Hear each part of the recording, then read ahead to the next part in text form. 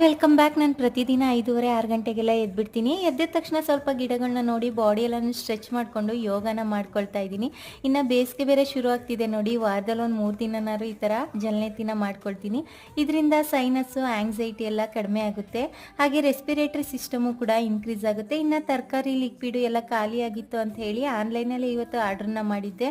ಎಲ್ಲ ಕರೆಕ್ಟಾಗಿ ಬಂದಿದೆಯಾ ಅಂತ ಹೇಳಿ ಚೆಕ್ ಮಾಡಿಕೊಂಡು ಎತ್ತಿಟ್ಕೊಳ್ತಾ ಇದ್ದೀನಿ. ಇನ್ನು ಇಷ್ಟೆಲ್ಲ ಐಟಮ್ಸ್ಗೆ ಬರೀ 550 ರೂಪಾಯಿ ಒಳಗಡೆ ಆಯಿತು. ಇವತ್ತು ಗಿಫ್ಟ್ ಬಾಕ್ಸ್ ಕೂಡ ಕಳಿಸಿದ್ರು, ತುಂಬಾನೇ ಖುಷಿ ಆಯಿತು.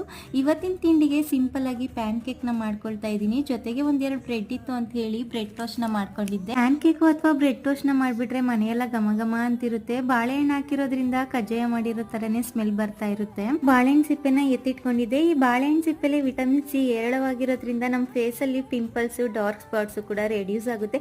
ಒಂದು 15 ಡೇಸ್ ಕಂಟಿನ್ಯೂಸ್ ಆಗಿ ಯೂಸ್ ಮಾಡಿದ್ರೆ ಫೇಸ್ ಕೂಡ ವೈಟ್ ಆಗುತ್ತೆ. ಇದು 100%